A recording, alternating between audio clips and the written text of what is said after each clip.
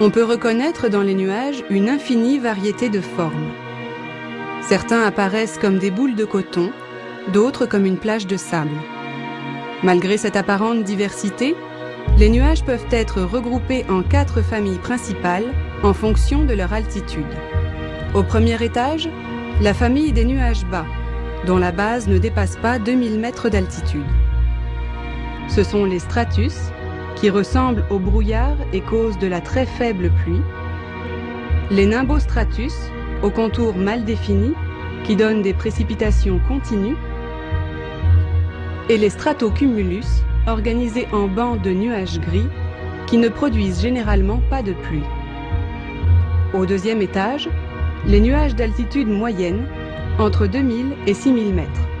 On distingue les altostratus, qui forment des couches sombres, et les altocumulus, qui se présentent comme des bancs de petits nuages blancs ou gris. Au-dessus de 6000 mètres, on trouve la famille des nuages de haute altitude, les cirrus, les cirrocumulus et les cirrostratus. Ces nuages minces et blancs ne génèrent pas de précipitations par eux-mêmes, mais peuvent annoncer une dépression lorsqu'ils épaississent. Quant aux nuages à développement vertical, ils occupent plusieurs étages. Les cumulus, blancs et floconneux, sont des nuages de beau temps. Il arrive qu'ils évoluent en cumulonimbus. Ces énormes nuages, dont le sommet peut atteindre plus de 15 000 mètres d'altitude, donnent souvent des précipitations orageuses.